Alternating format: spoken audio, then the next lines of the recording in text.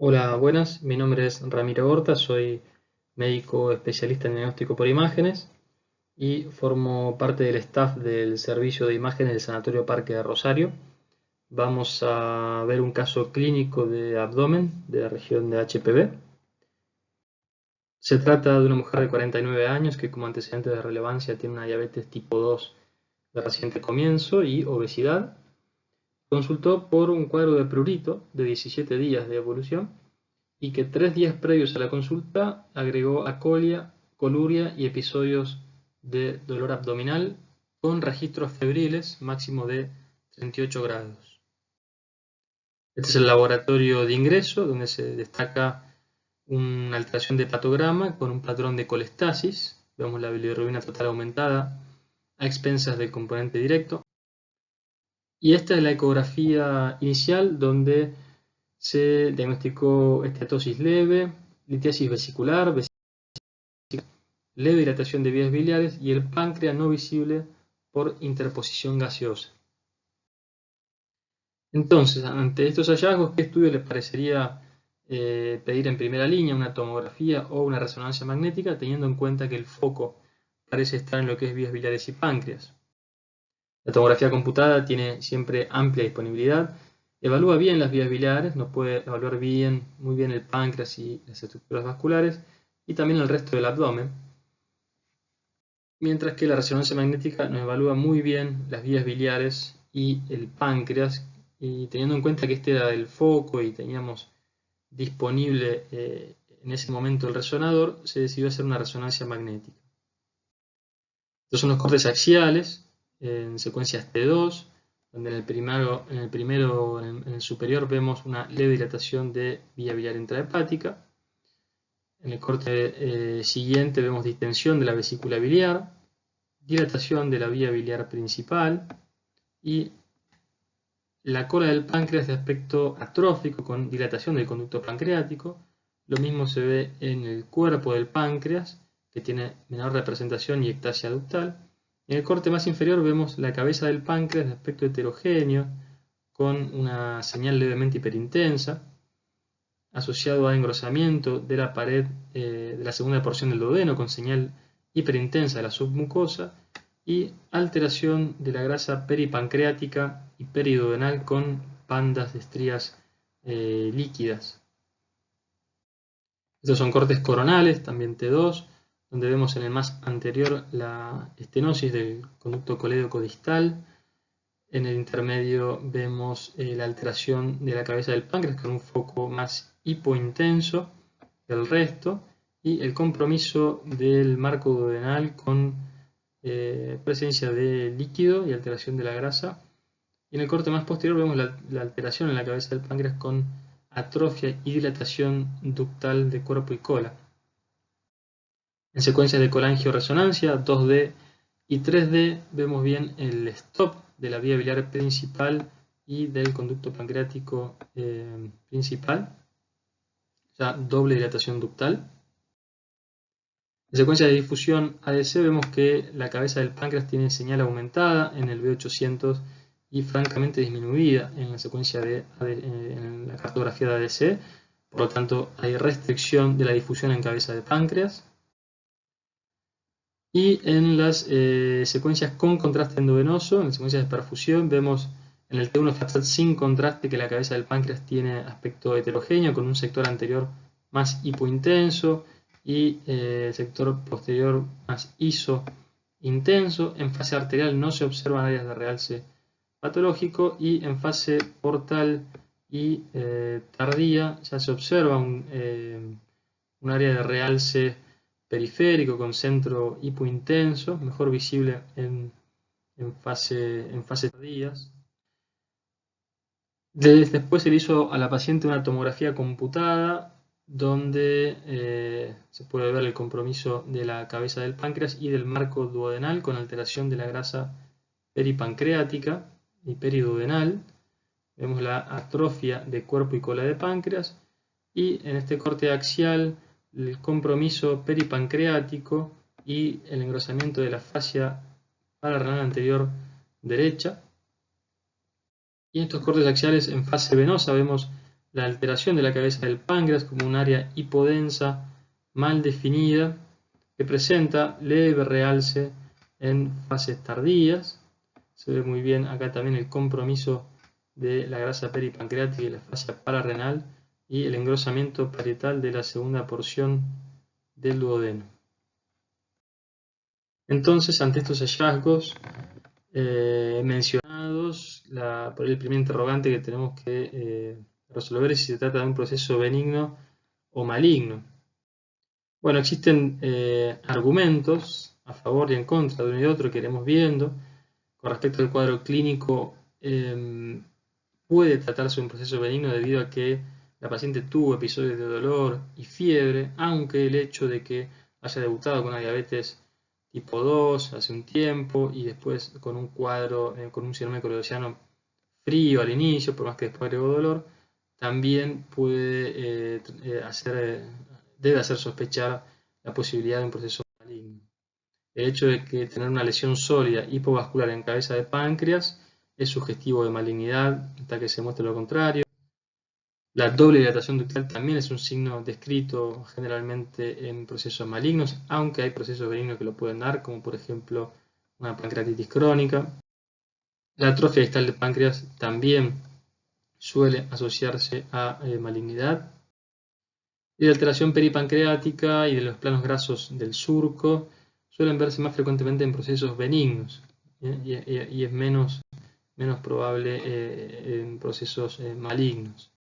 Respecto a la difusión, no nos resulta de mucha ayuda en este caso, ya que si hay un proceso inflamatorio local y agudo nos puede dar esta restricción de la difusión, y el proceso maligno también puede hacerlo dependiendo de la estirpe celular y el grado de celularidad de la lesión. Por lo tanto, en este caso no nos ayuda mucho a diferenciar las entidades.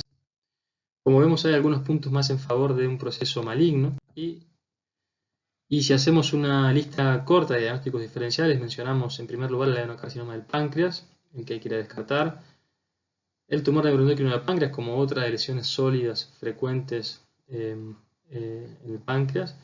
De procesos benignos tenemos una pancreatitis del surco o una pancreatitis focal autoinmune entre los diagnósticos diferenciales. Entonces, ante estas hipótesis, ¿cuál conducta le parece la más apropiada para esta paciente? Le haría una econdoscopía con punción biopsia, le haría una cirugía directamente, una DPC, o le haría un control con resonancia magnética en 3 meses, o quizá alguna otra conducta que a usted se le ocurra.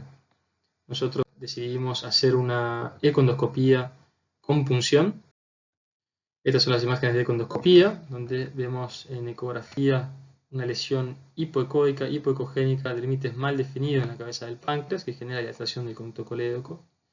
Y en lo que es el mapa de colores de la elastografía, vemos en rojo los tejidos más suaves, en azul los tejidos más duros, más rígidos, y vemos que esta lesión tiene un color predominantemente azulado, o sea que nos daría un tejido más rígido y más característico de un proceso neoformativo. Y finalmente terminó siendo un adenocarcinoma ductal de páncreas, donde vemos a la microscopía algunas proliferaciones glandulares neoplásicas y después mucho tejido fibroso desmoplásico típico de un adenocarcinoma ductal de páncreas. El adenocarcinoma de páncreas es el tumor maligno más frecuente por lejos, representa cerca del 90%, y uno espera encontrarlo en personas de edad mayor que nuestra paciente, o sea, en 60, 80 años, no los 49, pero puede darse. Los cuadros suelen debutar con ictericia fría, un síndrome coloidociano, la pérdida de peso es frecuente, la diabetes de reciente comienzo debe hacer sospecharlo. La cabeza es el lugar más frecuente de localización y el tamaño promedio ronda los 3 centímetros. En la cola suelen ser más grandes porque son procesos más silentes. Y el pronóstico de la enfermedad es bien conocido, su mal pronóstico y su alta mortalidad. En imágenes, en tomografía y resonancia, el adenocarcinoma suele ser una lesión de límites mal definidos que infiltra los tejidos adyacentes, el duodeno, el estómago, el retroperitoneo, las estructuras vasculares. Y en tomografía suelen ser hipodensas, es raro que tenga calcificaciones. En resonancia, en los T1 suelen ser hipointensas. Y en T2 la señal es variable debido a al componente fibroso. Mientras más componente fibroso tengan, menor señal en T2 y viceversa. Con la restricción de la difusión pasa lo mismo. Si el tumor tiene poca celularidad, va a tener menor restricción.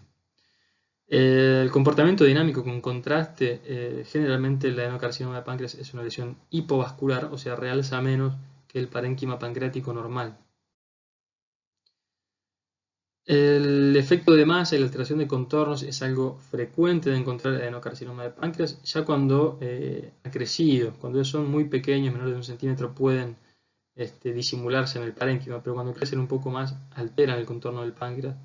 El compromiso ductal es algo muy común.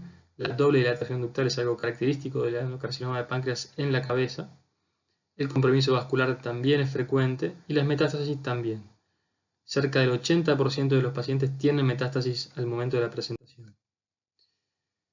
Entonces, esos son los hallazgos típicos de un adenocarcinoma de páncreas. Ahora, interesante es reconocer presentaciones atípicas de una enfermedad frecuente como el adenocarcinoma, ya que cada tanto aparecen y nos pueden hacer confundir con otras patologías. En este caso, nuestra paciente tenía un adenocarcinoma de páncreas, pero que se presentó con una pancreatitis aguda. Por eso, esos cambios inflamatorios peripancreáticos periduodenales asociados a dolor y fiebre que desconcertaron un poco. Otras formas de presentaciones atípicas son el adenocarcinoma sobre una pancreatitis crónica, muy difícil de diagnosticar, el adenocarcinoma con componente quístico, o el adenocarcinoma que es isodenso, isointenso y prácticamente no se distingue.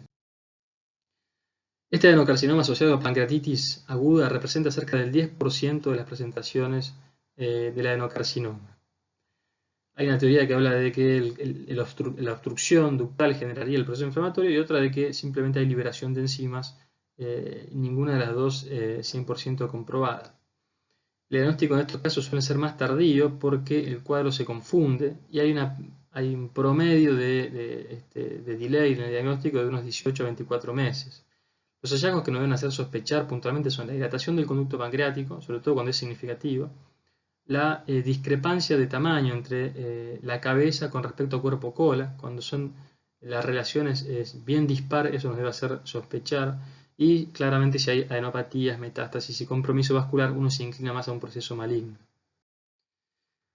Entre los diagnósticos diferenciales mencionamos de origen tumoral el neuroendocrino, el segundo tumor en orden de frecuencia, pero es un tumor bien diferente, son bien definidos, son hiperintensos en T2, tienen restricción de difusión marcada, suelen ser hipervasculares, suelen tener calcificaciones y el compromiso ductal y vascular es más raro.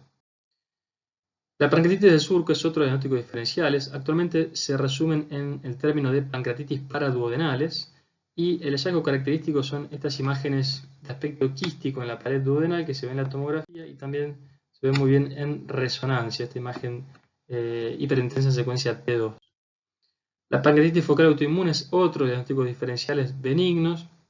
Este caso es de la cola, no tengo personalmente un buen caso de la cabeza del páncreas, pero se ve muy bien el engrosamiento de la glándula, el aspecto denominado en salchichón y ese margen hipointenso con realce en fase tardía, característico de la lesión que, fíjense, no es infiltrante, es raro el compromiso vascular, el conducto pancreático suele quedar colapsado, obliterado, y se asocia muchas veces a aumento de IgG4, mejoran con corticoides y en algunos casos tienen manifestaciones extrapancreáticas que nos ayudan al diagnóstico, principalmente el compromiso de las vías biliares. Entonces, para concluir, el adenocarcinoma es el tumor maligno más frecuente del páncreas y en algunos casos plantea diagnóstico diferencial con otra estirpe tumoral y con procesos no tumorales como generalmente procesos inflamatorios. Por eso es importante conocer las manifestaciones más frecuentes del adenocarcinoma y sus formas de presentación atípica para no demorar el diagnóstico de una enfermedad que tiene tan mal pronóstico.